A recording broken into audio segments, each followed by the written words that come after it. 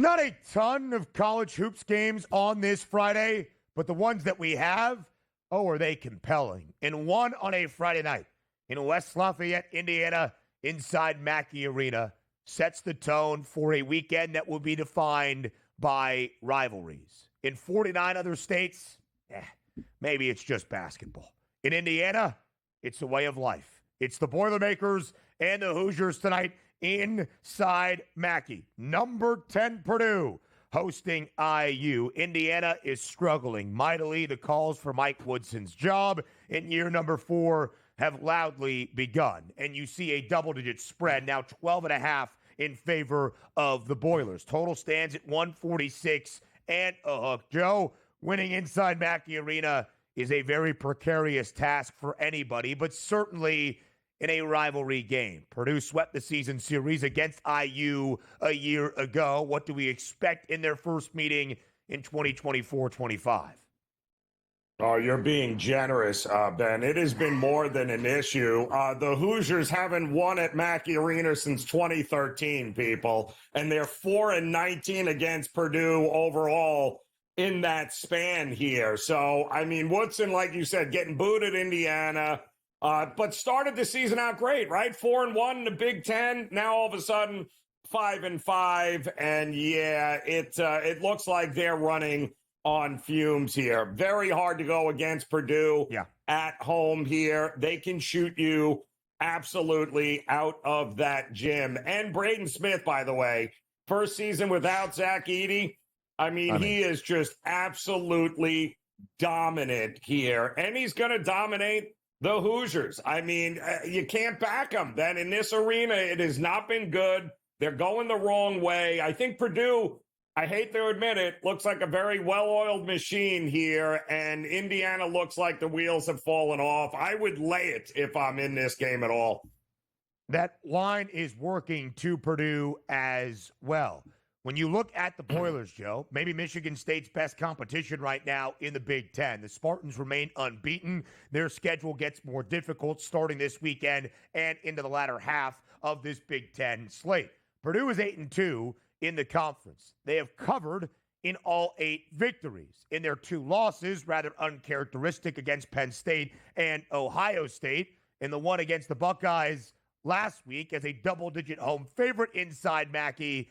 That snapped a 26-game home winning streak in West Lafayette for the Boilermakers. Joe, to start off Mike Woodson's tenure, Indiana won 3 of the first 4 meetings against Purdue, which was wild because Indiana had lost 9 consecutive before Mike Woodson took over. But Purdue swept the season series a year ago, and Indiana at this moment, they are not playing good basketball at all. They have lost 2 consecutive games in 4 of their last 5. They have been an underdog in all 5 of these games. An outright win against Ohio State on a Friday and a cover against Maryland at home, but they were getting 1.5, 2 points at home inside Assembly Hall on Sunday. That's never a good sign, and coughed up that game in the final minute. By the way, for Indiana, over in 5 of their last 6. We could see some pace tonight and some points. Elsewhere, Joe, this sets the stage, as we said, for a rivalry weekend. We'll talk the Tobacco Road showdown between North Carolina, struggling as well against number 2 Duke tomorrow. We'll talk Coach Cal's return in just a moment. But some really good games on this Friday as well. 5 p.m. Eastern time. Standalone game in the Ivy League. Princeton at home against Yale. The Tigers catching 2.5 in New Jersey. Yale, of course, the Ivy League champs from a season ago, off to a perfect 4-0 start this time around as well.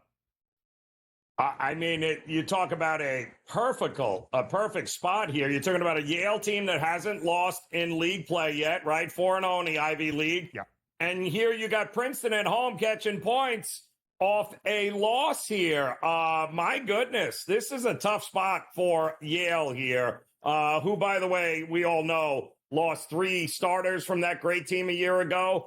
They've had some success early, but I think that ends here tonight with a very angry Princeton team at home. Well, let's talk some Big East ball as well. Butler and Georgetown in D.C. How do the Hoyas respond after 2 consecutive losses? Not just 2 consecutive, 2 very bad losses, but quietly, Butler being a giant pain in the you-know-what here. Butler hits shots, they win. The Bulldogs, 3.5-point road dog in D.C. Now the rest of the weekend in college basketball. Next. What a weekend in college basketball we have in store for you. It includes rivalries. We talked about the one in the great state of Indiana tonight between Purdue and IU, and that continues tomorrow on Tobacco Road as well. I guess you could call this a conference rivalry in the SEC, but really it's more individual as Big Blue Nation gets ready to welcome back John Calipari, making his first return to Lexington tomorrow. Spent 15 years, of course, as the head coach of Kentucky. Won a national championship in the 2011-2012 college basketball campaign. Made a Final Four in 4 of his first 6 years there. But, of course, the relationship started to sour in the last half-decade. Not even a Sweet 16 appearance for the Cats in Cal's final 5 years. You see the spread there. Kentucky's a much better basketball team than Arkansas. The Hogs have struggled in SEC play. The Cats, an 11.5, now 10.5 point favorite. But you know a game is a marquee matchup when on a Friday morning you have odds for a Saturday afternoon in college hoops. Joe, we'll dive into the numbers in the matchup in just a second. What do you think Rupp Arena's welcome will be for John Calipari tomorrow? Well, I can tell you what Calipari thinks it's going to be, and he doesn't think it's going to be a pleasant one. In fact, I think he was quoted this week as saying, yeah, I fully anticipate getting booed at Rupp Arena, which is kind of crazy when you think about it, Ben, right? Like they're faulting Calipari. And listen, he was the one who invented the whole one and done. Kids wanted to come to Kentucky and play for him on their way to the NBA. It started with him. So unfortunately, it hasn't worked out all that well now that he's over in Arkansas. But I think they'll be a little more forgiving with Calipari in the building here than he thinks. I think he's anticipating the worst. Yeah, and, it was a chaotic ending, if you will, a surprising ending for John Calipari to make the move to Fayetteville. And I think that can spurn BBN a little bit. But it kind of felt like the writing was on the wall on both sides. Kentucky, like, hey, I don't care how many lottery picks we have. We want Final Fours or at least a trip to the second weekend in the big dance. And Cal may be saying, hey, I've been here for a decade and a half, and I can kind of tell as well. Now to the actual basketball game. The Hogs have struggled in SEC play. Kentucky quite the opposite in year number 1 under Mark Pope. Kentucky as an underdog this year, now a perfect 4-0, including the huge outright victory earlier this week in Knoxville against Tennessee, catching double digits. But now they're laying double digits at home. What do you make of the spread for John Calipari's return tomorrow to Rupp Arena? And by the way, let me just give it the number here quick, Ben. Calipari, for his time at Kentucky, 410 and 123 was his record. Let me repeat that. 410 wins and 123 losses. And he's going to get booed in this game. Hysterical. Absolutely the most unrealistic fan base in the country. And that's saying something, Dallas Cowboy fans. Listen, the problem is Arkansas is not, they're just not playing great basketball. There was going to be an adjustment period for both Mark Pope, I think, and for Calipari. I love what Kentucky did being backed into a corner during the week against number 8 Tennessee Tuesday night, right? They had dropped 2 straight for the first time under Mark Pope. They were down a couple of starters there, entering a hostile environment, right? Nobody thought Kentucky, I mean, that number ballooned to double digits. It was laughable. Nobody thought Kentucky had a shot at covering, much less winning outright. And what did they do? Well, they showed me a little something in that one. So I think this line is justified here, but it's not like Arkansas is void of talent.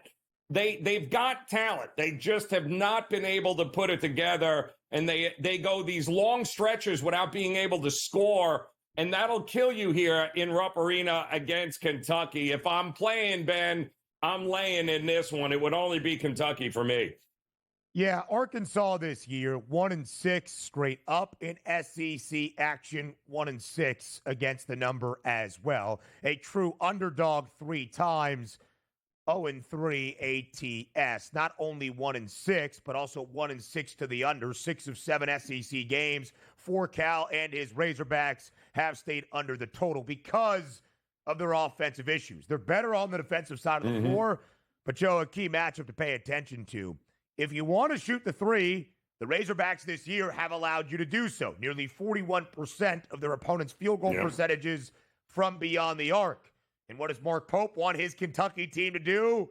Shoot the 3 ball. And they're great at hitting them. Kobe Brea, he was perfect against the Volunteers from deep on Tuesday night. Jackson Robinson, he can hoist as well. It is justified also, in my opinion, to see this game at double digits. And I think Kentucky probably feels better about the atmosphere for Cal's return to Rupp than maybe John Calipari himself does for the Razorbacks. Joe, anytime you get the Tobacco Road rivalry between North Carolina and Duke, it is always going to be a marquee matchup. 6:30 p.m. Eastern time tomorrow night on a Saturday inside Cameron Indoor.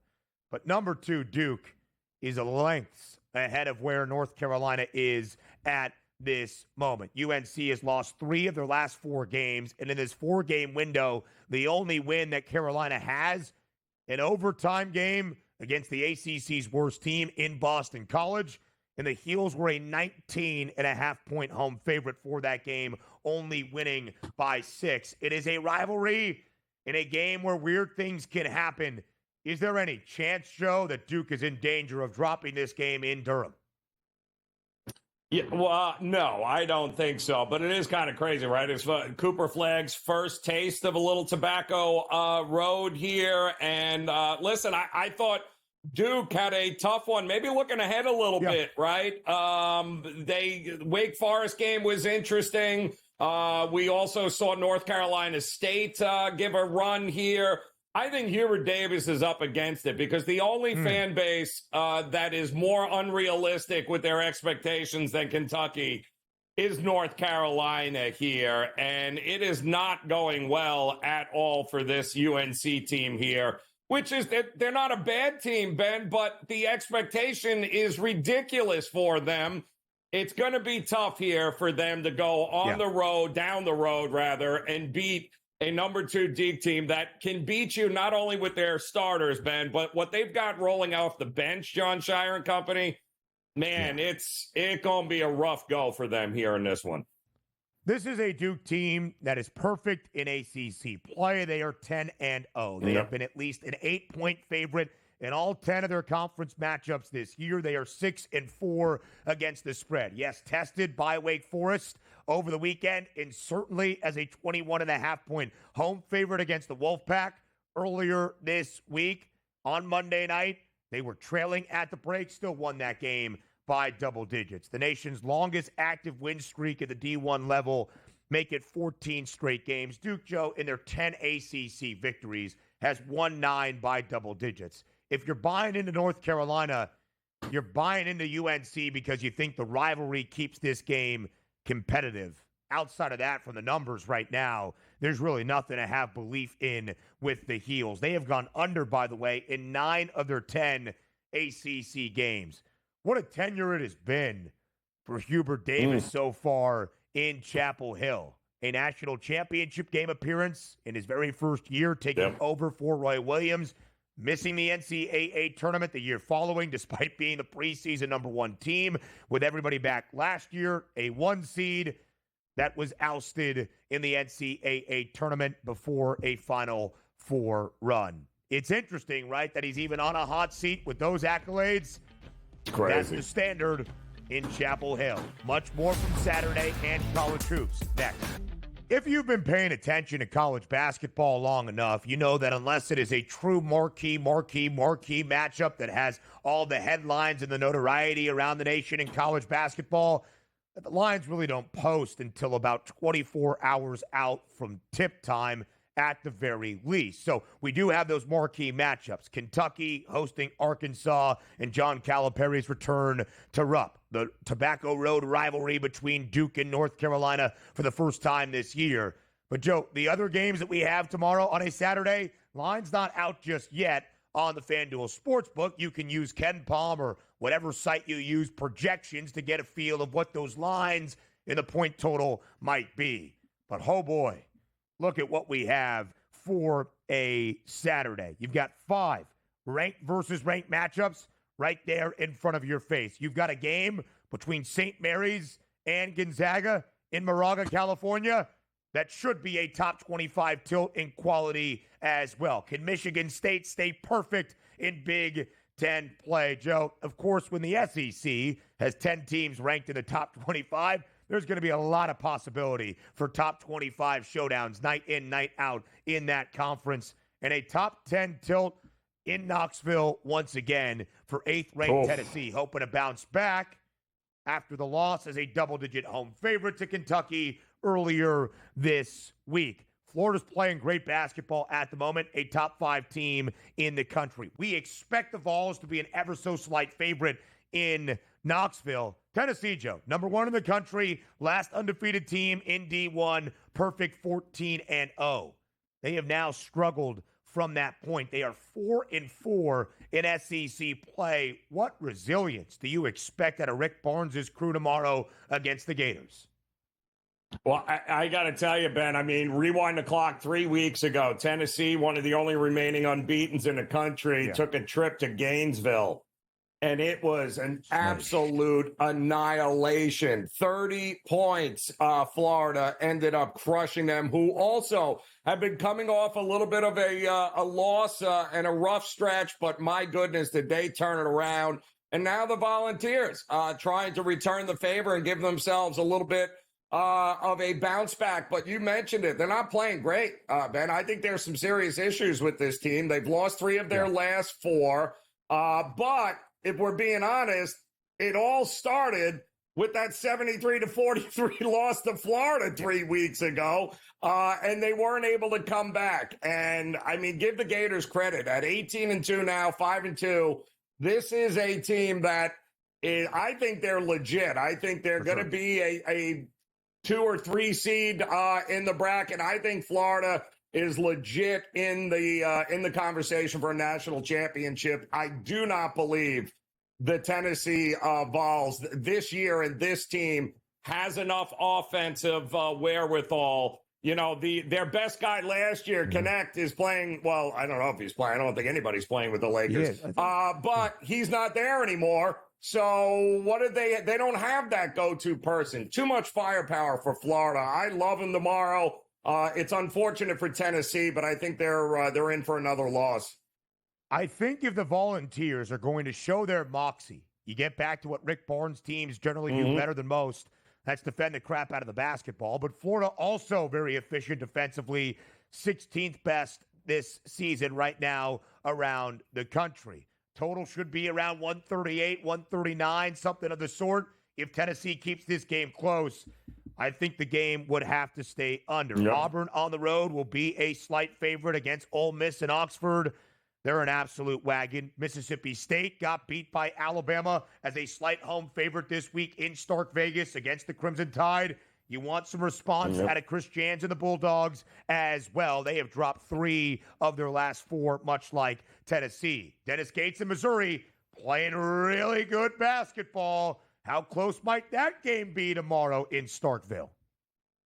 Yeah, he's another very interesting guy, right? With his team there, still going with different lineups and fiddling around, but they're playing, and nobody should be overlooking them in any way, shape, or form. I think that's going to be an absolute monster game. It's also one that wouldn't shock me if it lands towards the under, maybe less points than more points.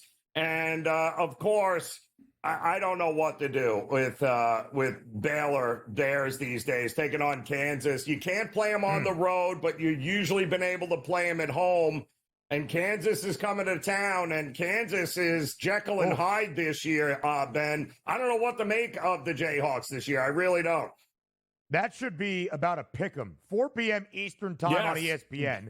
Baylor, Kansas in Waco. And then 6:30 p.m. Eastern time on ESPN. Duke, North Carolina. And then 9 p.m. Eastern time on ESPN. Cal's return to Rupp, Arkansas, and Kentucky.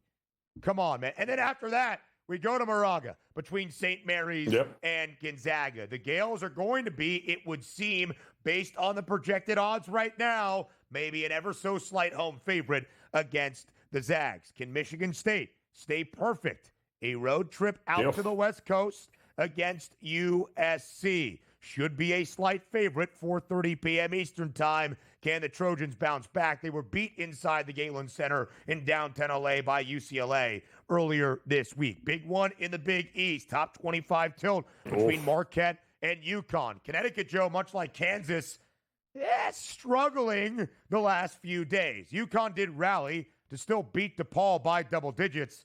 They were trailing at the break. Kansas was trailing at the break earlier this week against UCF. There's a lot that is a little bit precarious for some of the blue bloods and the standard bearers of the sport the last few years. Oh, yes, there is. And I listen, it's, can the Johnnies get it done against Providence at home? Interesting in Madison Square Garden here. I mean, it is a loaded slate in college hoops. And one, Ben, where, hey, listen, it's put up or shut up time, Houston and Texas Tech. Houston looks like the best team in the country, bar none right now, but can Texas Tech upend them? Houston is the top team in the country, according to Kenneth Pomeroy, with the most efficient defense. That's Kelvin Sampson basketball. The Cougs unbeaten in the Big 12. But Texas Tech and Grant McCaslin have won 5 consecutive, and their only game this year as a dog, they won outright.